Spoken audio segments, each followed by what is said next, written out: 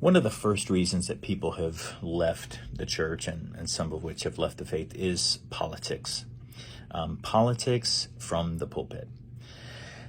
I am a firm believer the gospel is transformative. I believe the gospel should be the sole message that pastors must communicate, the primary message that must be communicated by the pastors. However, in past years, we have seen pastors across the country shift their messages from gospel-centered to political in nature. And they were expressing political opinions from the pulpit on COVID-19 related issues, of which we're still learning information about. They were expressing political opinions on the Trump and Biden election, the Trump and Clinton election before that, on the January 6th insurrection that followed. There were ministers that used their pulpit inappropriately to declare political opinions and positions. There were ministers that just recited quotes from MSNBC or Fox News, from Donald Trump or Joe Biden or whoever, and some of them just spouted these completely unfounded conspiracy theories.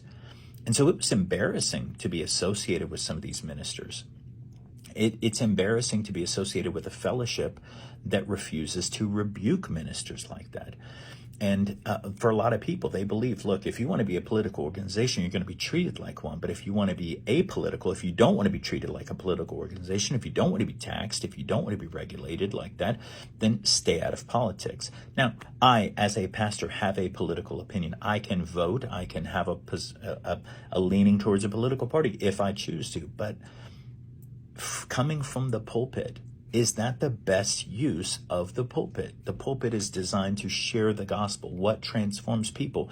And if pastors are sharing political opinions, you have to ask the question, is that transformative?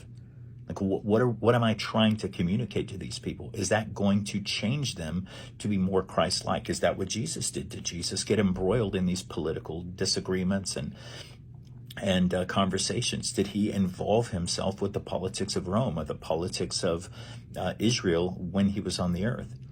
If he didn't, then we should be preaching it regardless. We should be preaching what he preached. We should be preaching the message that he preached. The kingdom of God is here, is at hand, is near to you.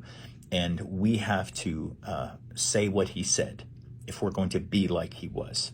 And so that is one big issue that is facing the American Christianity, American church.